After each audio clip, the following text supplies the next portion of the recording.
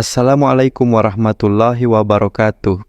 Sebelum kita mulai kisah malam ini, mari bersama-sama membaca doa agar hati kita tetap tenang dan terjaga dari hal-hal yang tidak terlihat. Semoga Allah melindungi kita dari gangguan yang tampak maupun yang tidak tampak. Dan sekarang, mari kita masuk ke cerita nyata yang terjadi di sebuah hotel tua di Bandung.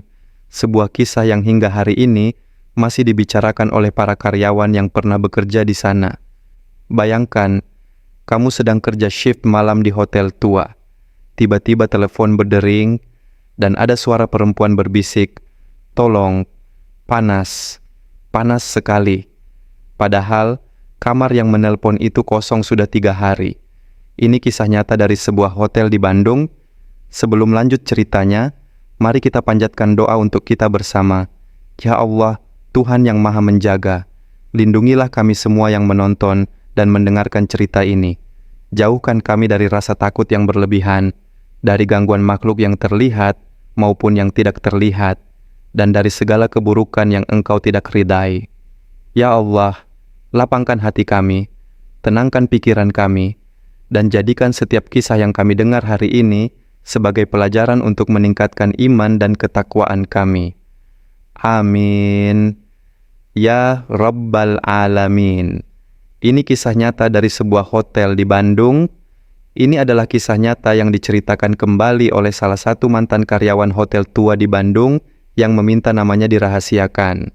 Kisah ini sudah lama beredar di kalangan staf, tapi tidak pernah dipublikasikan secara resmi karena dianggap bisa merusak citra hotel tersebut.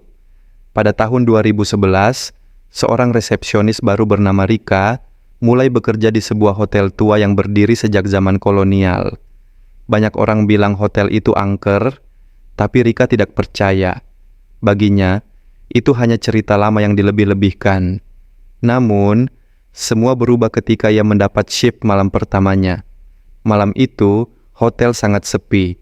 Hanya ada beberapa tamu yang menginap. Saat sedang mencatat laporan harian, telepon meja resepsionis berbunyi.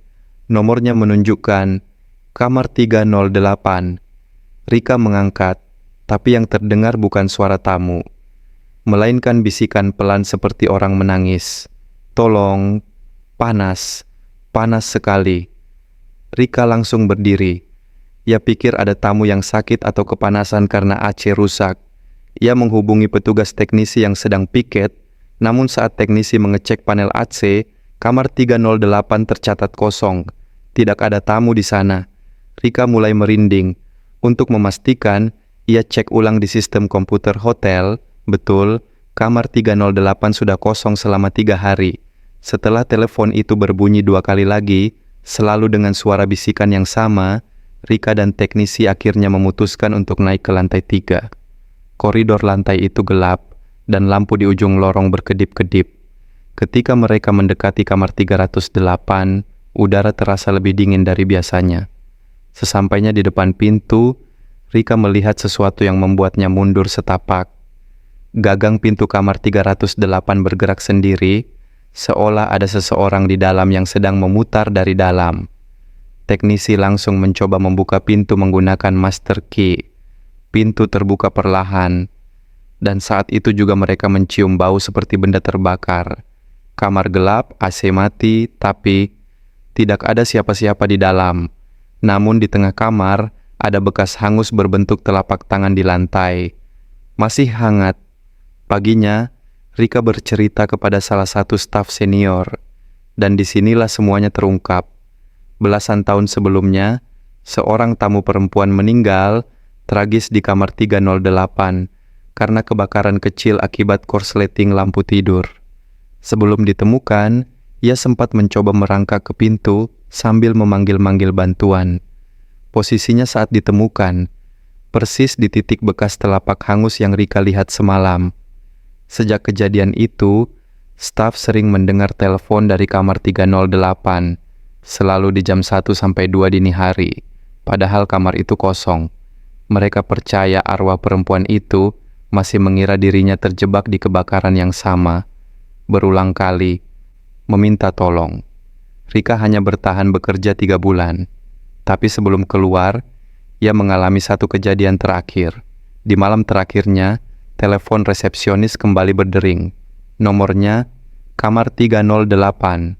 Dengan tubuh gemetar, ia angkat teleponnya. Dan kali ini bukan bisikan. Terdengar suara perempuan berkata, "Terima kasih ya Tidak Ma, sudah mau mendengarkan." Kemudian sambungan terputus sendiri. Sejak saat itu, telepon dari kamar 308 tak pernah berbunyi lagi. Itulah cerita nyata yang terjadi. Dan sampai hari ini, masih menyisakan tanda tanya. Jika kamu punya pengalaman serupa, atau pernah mendengar kisah lain, tuliskan di kolom komentar. Siapa tahu, ceritamu yang akan kita angkat di episode berikutnya.